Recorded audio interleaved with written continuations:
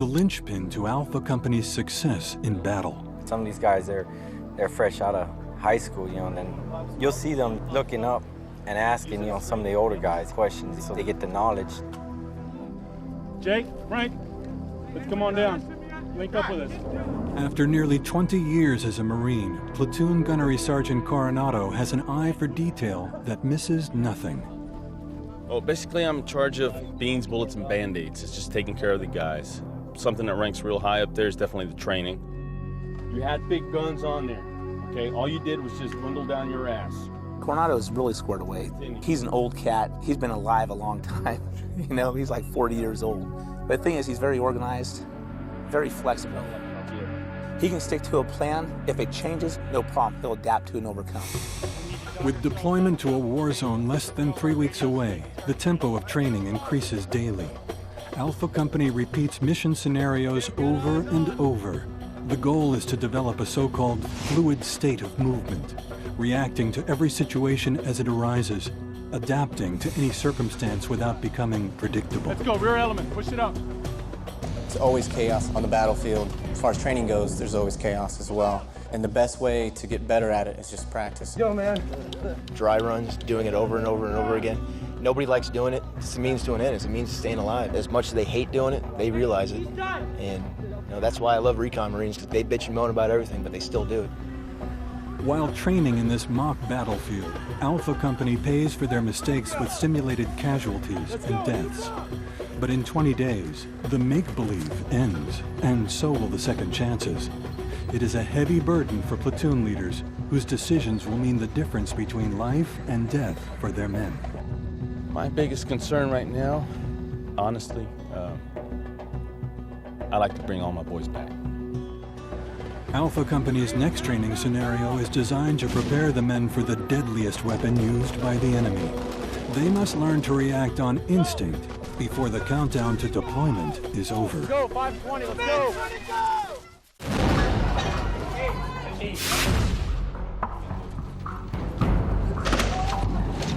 The men of the 3rd Reconnaissance Battalion are in their final phase of training before being deployed to the war zone.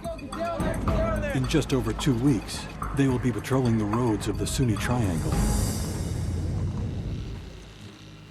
Training is only one part of Alpha Company's effectiveness as a unit. That's the little things we do. As with all Marines, their true strength lies in their loyalty to each other. Taking about an inch off the top right here. It's all about the brotherhood. We might not be blood brothers and share the same mother and father, but we're brother in arms. Some of these guys, I'm closer to them than I am with my own brother. Especially within the company, it's very much a family. Very much a family. Everybody's just kind of feeling each other out. We've worked together, but it's a bit different when you have to eat, sleep, and you're around each other 24/7. But like any family, there's always dysfunctions. I listen to reggae, R&B, slow jams, hip-hop, dance, everything besides country. I like country and I like rock. I don't like rap. I don't think very many people do anyways. You'll never find a different bunch of personalities than I think you will, just in the military in general. Yeah, I got a boxer's fracture. Tell all the chicks at the bar I got shot in Fallujah last deployment. Someday you'll see me star Major Milbrand up there, strutting around under my own battalion. Maybe, we'll see. You got people coming from every background, from the big cities to the little country towns. It's a very diverse, very personality-driven group. Hey, we got a pile of rocks. Looks like an indicator. The most menacing threat faced by any coalition force is the Improvised Explosive Device, or IED. About 70% of American casualties in Iraq are caused by IEDs. Undetectable until it explodes, the IED weighs heavily on every Marine's mind. The only thing that really does worry me a little bit is the IED threat over there, because that's something I can't control. IEDs are way out of control. Special effects crews have concealed IEDs along the narrow streets inside this training village. An IED can be hidden almost anywhere. They'll hide them?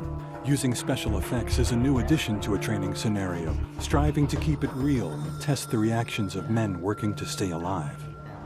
The Marines are getting exposed, and are getting an idea of just exactly what it is that they're going to be running into. They're fake IEDs. They make a big sound, and it's more realistic because we have no control over where it's at. A lot of times it surprises these guys, and they get in that mindset, and sometimes you see them jump. Insurgent forces are no match for the firepower of Alpha Company.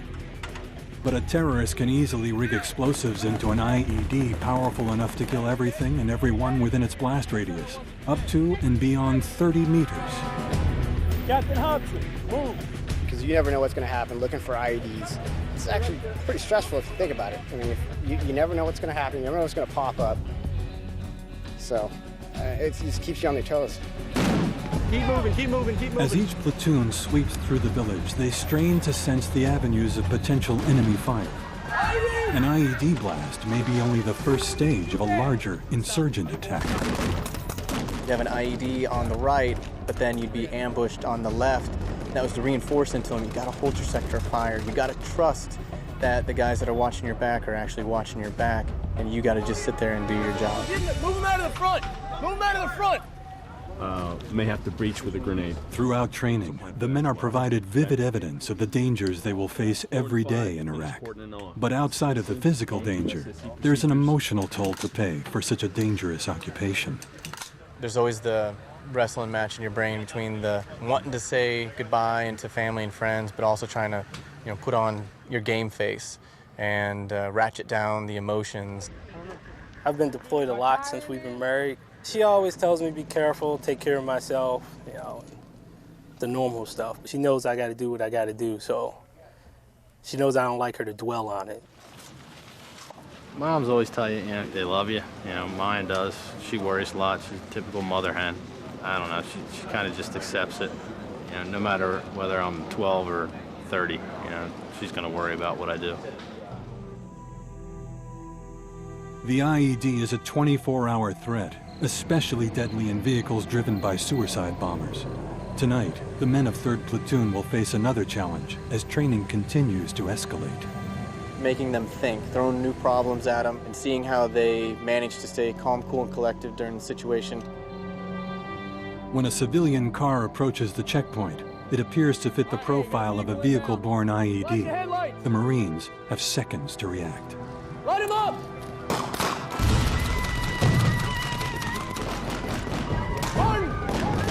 The vehicle that was trying to run through actually wasn't adhering to what they were yelling at them, the signals that were thrown out for them to stop. The standard operation procedure is for them to engage the vehicle if they see it's not going to stop.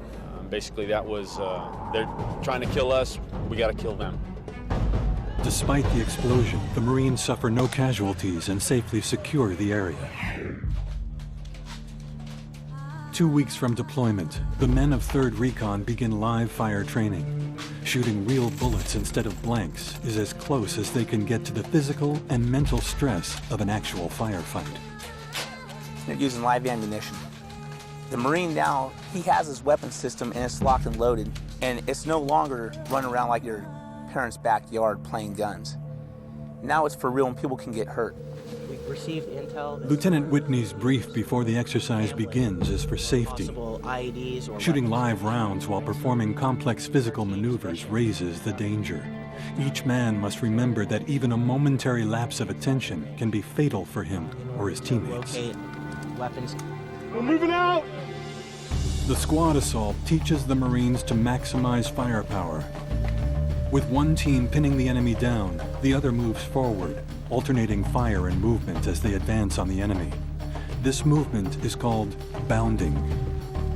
I'm looking left and right. Hey, where's my actual element at? I've got to keep up with my element. I've got to listen to my team leader. I've got to direct my fire where he wants that fire to be directed to. Contact front!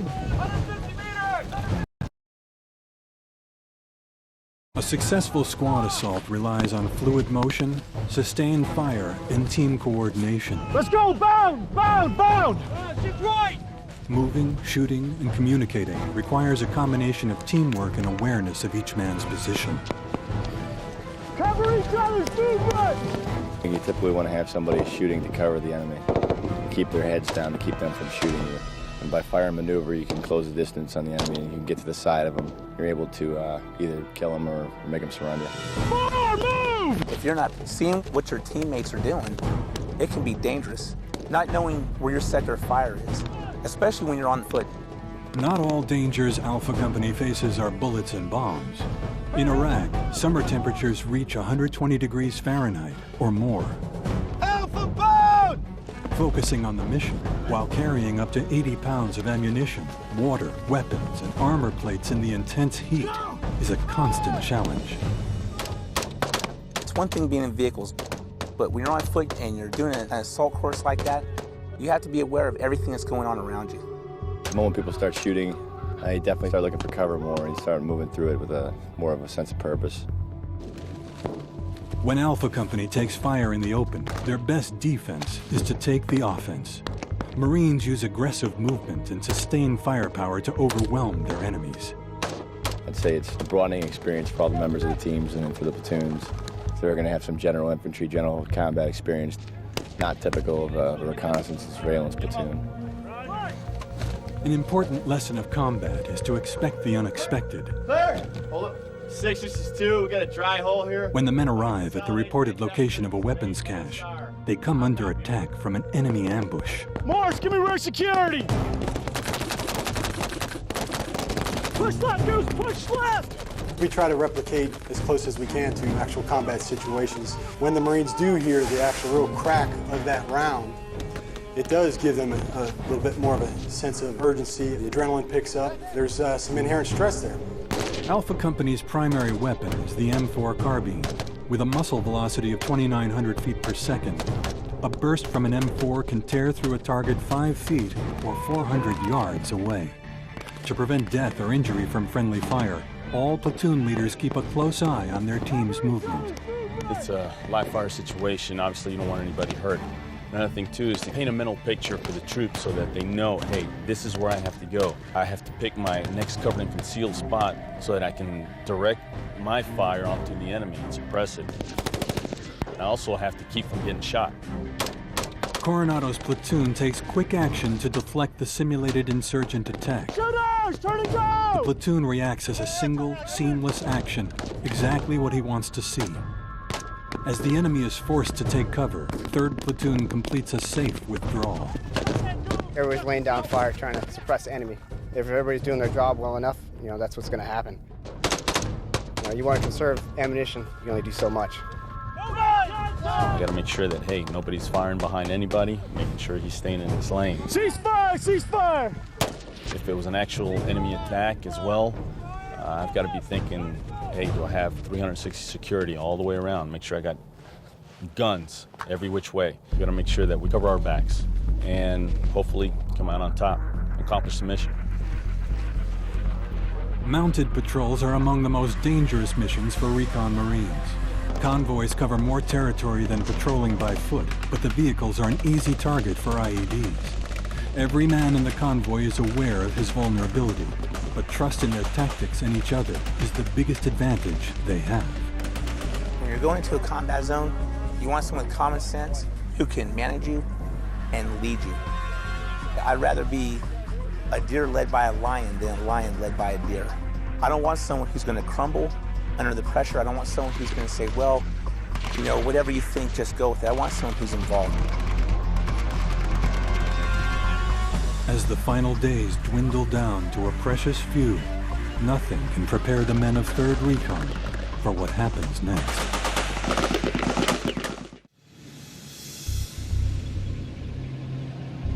The men of the 3rd Marine Reconnaissance Battalion are in the final days of training before being deployed to Iraq.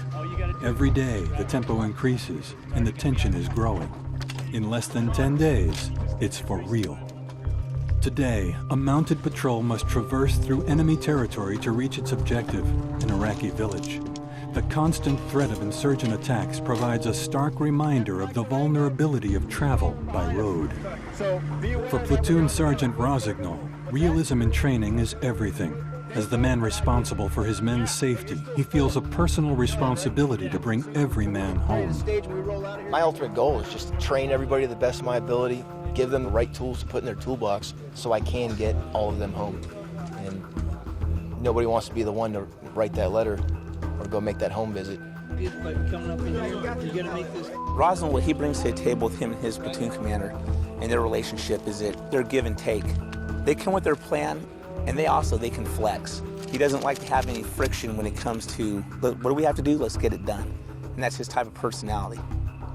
Do you have the RSOs? Bringing the men home in one piece is a constant concern. Every decision made by 1st Platoon Commander Lieutenant Whitney can mean the difference between life and death. You'll find out that you learn more in rehearsals and actually doing it, putting the Marines in the dirt, running through the scenarios, than you ever do, reading a book or sitting in a room and talking about your game plan. Hey, Bobby! To mentor that officer. Your ego has to be left at the door because that man, he's looking to you to give him guidance in that subject that you're the expert on. They'll fail together or they'll succeed together. That's how it goes. That's how it is. I mean, it's too big for that slot. It's not cranking down. The essence of this training lies in its unpredictability. Think about contingencies. If this happens, what are we going to do? If we get ambushed over here, what are we going to do? As a platoon commander, that's your job, to think about the next piece and then make sure we have a good plan. Good? Red 5, Red 6, radio check. As 1st Platoon rolls out to the desert, their light armored vehicles provide mobility on flat, open terrain, but also make the platoon higher profile targets. Orientate left!